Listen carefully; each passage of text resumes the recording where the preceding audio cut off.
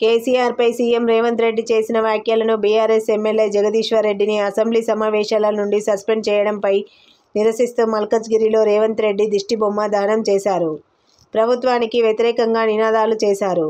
నిరసన కార్యక్రమంలో మల్కజ్గిరి ఎమ్మెల్యే మర్రి రాజశేఖర్ రెడ్డి, బీఆర్ఎస్ కార్పొరేటర్లు, నాయకులు, కార్యకర్తలు పెద్ద ఎత్తున పాల్గొన్నారు. ఈ సందర్భంగా మల్కజ్గిరి ఎమ్మెల్యే మర్రి రాజశేఖర్ రెడ్డి మాట్లాడుతూ తెలంగాణలో కాంగ్రెస్ ప్రభుత్వం ప్రజాస్వామ్యాన్ని కూని చేస్తుందని, కేసీఆర్పై సీఎం చేసిన అనుచిత వ్యాఖ్యలకు తక్షణమే క్షమాపణ చెప్పాలని డిమాండ్ చేశారు.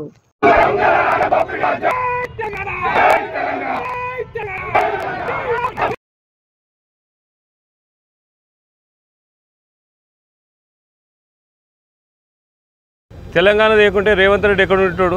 తెలంగాణను తీసుకొచ్చి 10 సంవత్సరంలో భారతదేశంలో నెంబర్ 1గా చేసినటువంటి వ్యక్తి ఆయన.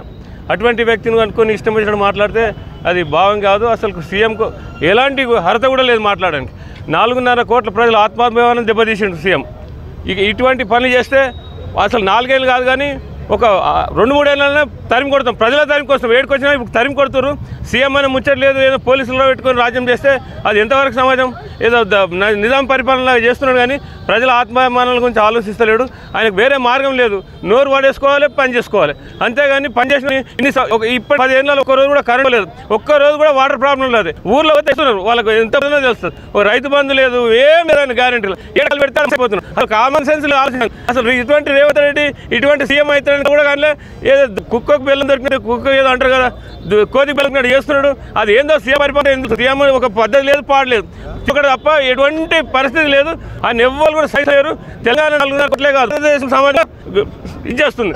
ఎందుకంటే ఒకసారి కేసీఆర్ తెచ్చినాక ప్రజలంతా కూడా సస్యశ్యామలపై విలే కానీ ఎక్కడ కానీ ఇప్పుడు ఏదో మన మల్కార్ రోడ్డు చూస్తే బోర్లేసి.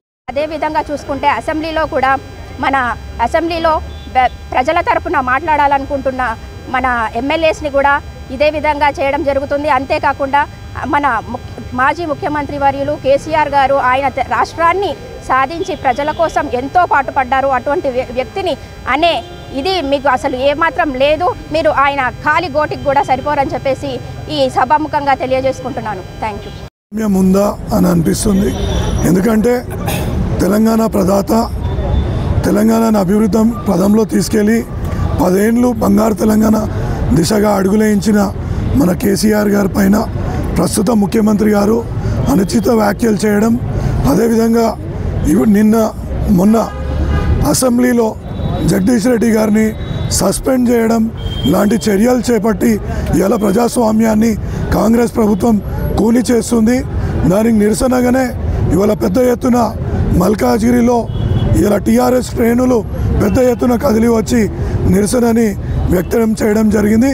ఇకనైనా మీకు ప్రజలు ఒక అధికారం ఇచ్చిండ్రు, ప్రజల పక్షాన నిలబడి ప్రజలకు ఏవైతే మీరు 6 గ్యారెంటీలు ఇచ్చిండ్రో వాటిని నెరవేర్చే క్రమం మీ దృష్టి పెట్టాలి. కానీ ఇవాళ ప్రతిపక్షంలో ఉన్న నాయకులను విమర్శించి వాళ్ళని గొంతు నొక్కే కార్యక్రమం చేపట్టొద్దని ఈ సందర్భంగా తెలియజేస్తూ ఇవాళ ఇటువంటి చర్యలు మానుకోవాలా, ప్రజా సంక్షేమం చేయాలని మరొక్కసారి కాంగ్రెస్ ప్రభుత్వాన్ని కోరుతూ ఈ యొక్క చర్యలను మానుకోవాలని మరీ తెలియజేసుకున్నాం.